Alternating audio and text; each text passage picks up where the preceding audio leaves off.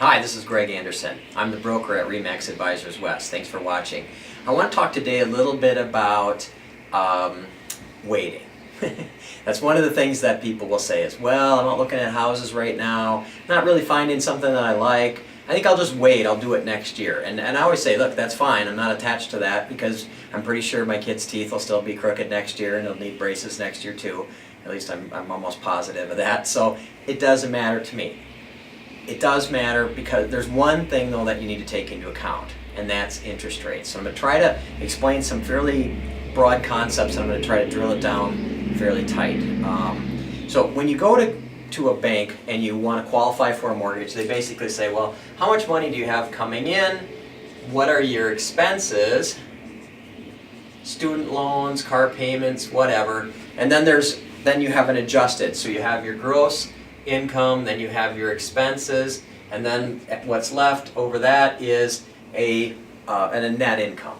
And so that's X dollars that you have left over as income, and then this is not exact, but approximately a third of that is the max that you can spend monthly for principal, interest, taxes, insurance, and then possibly mortgage insurance.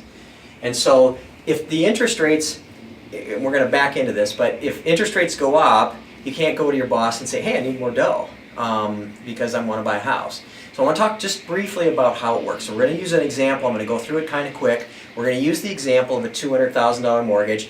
This is not an offer to extend credit. This is an example. I'm going to use 6% because that's substantially higher than what the going rate is, but the principal still applies. Okay?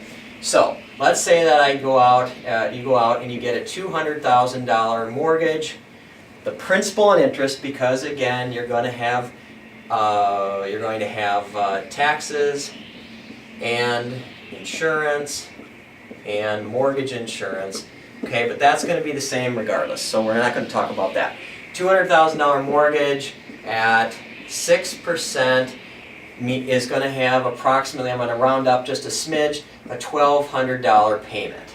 $200,000 mortgage, 6% interest over 30 years, and the payment's roughly $1,200. Okay? So I'm going to say that a different way. $1,200 payment at 6% has $200,000 worth of buying power. Okay? So I'm saying the same thing, just saying it differently. Here's the interesting part. Interest rates are about the lowest they've been in my career. I'm going on 31 years. Lowest it's ever been. It'll probably be the lowest it'll be in any of your adult life. But let's say the interest rates only go up 1%. Well, you go, well, big deal. By the way, on behalf of all the realtors in the United States, if interest rates only go up 1%, okay? But let's say that it goes up 1%. What happens? So $1,200 at 7% now only allows you to borrow $180,000 and some change. Basically what we call this is +1, right here, equals -9. So that same payment, because remember, you can't go to your boss and say, hey, I'm buying a house, I wanted to buy it last year, but I'm buying it this year and now the rates are higher, so I need a raise, right? It's probably not going to work.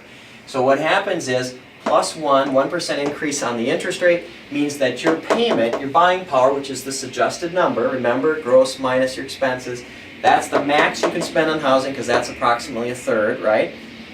Now at 7% or 1% increase loses 9% of its buying power. So the question is, which house do you think you're going to like better? And so it's one of those reasons why there's so much activity in the marketplace right now, because money is cheap. And so you have more buying power. It allows you to take a bigger step and buy a house that'll sustain your family for a longer period of time. Now, as always, if you want to get more specific information about how this would apply to your personal situation, your circumstances, get with me. I'll introduce you to some of our loan professionals, our mortgage professionals, and they'll be able to run numbers for your specific need. But again, I just wanted to get a concept across about what the impact is of higher interest rates. Thanks for watching, and we look forward to talking to you.